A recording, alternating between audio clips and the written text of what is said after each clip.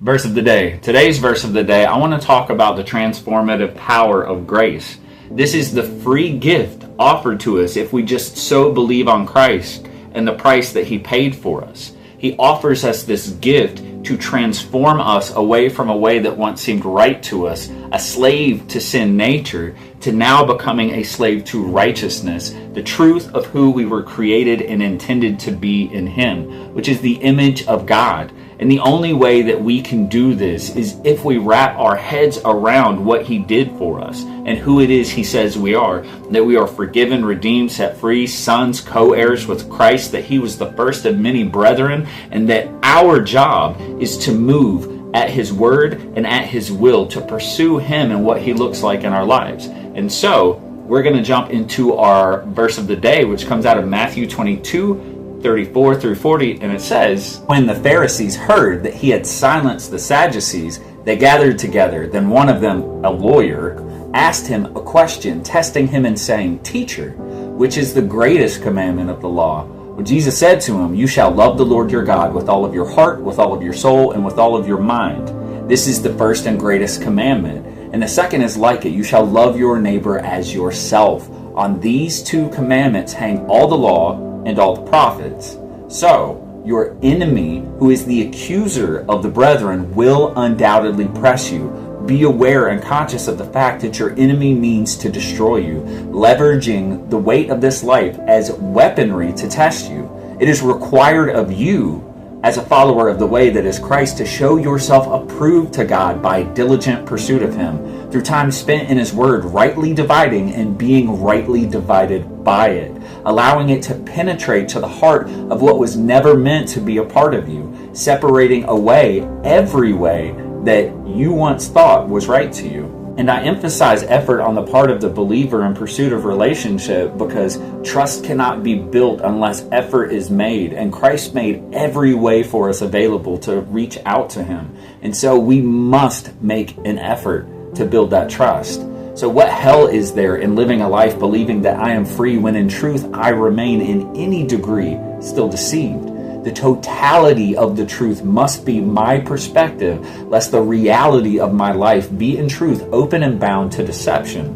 And so if all the law and the prophets hang on these two commandments, then you better be pretty darn sure that you understand them. For starters, loving my neighbor as I love myself requires that I see others as Christ sees me.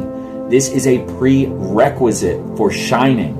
And as this is His call for us, what I was meant and made for, then shine I must, if I hope to fulfill my end of relationship and covenant. I cannot see Christ as He sees me if I do not find myself looking firstly and only to Him.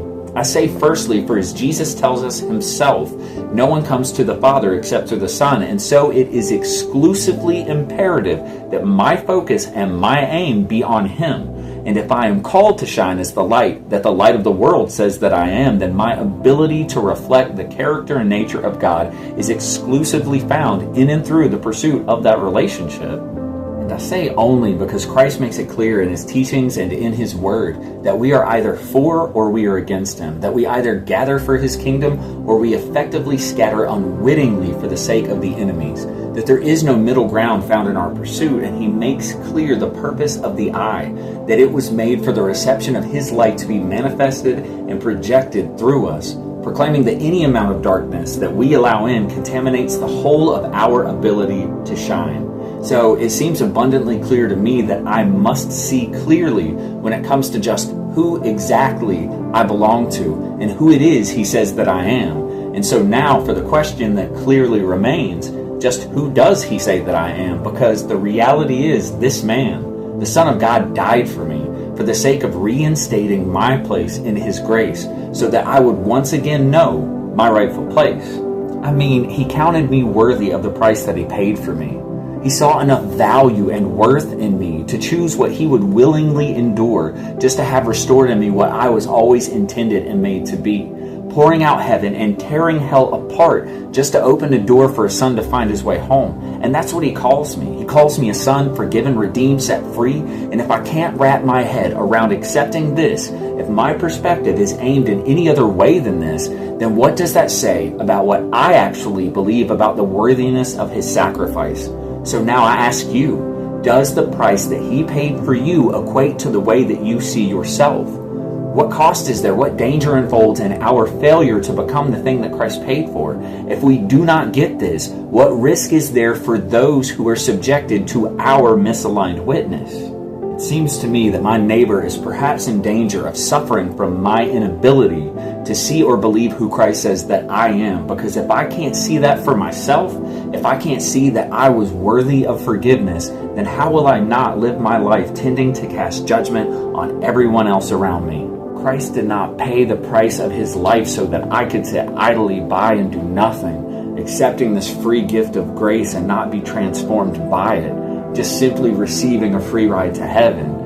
Instead, grace is transformative, and it's supposed to reform me into the light that he's created me to be, to reproduce that image in others, that hopefully when they see it, a spark is ignited in them and they become that very same light as well.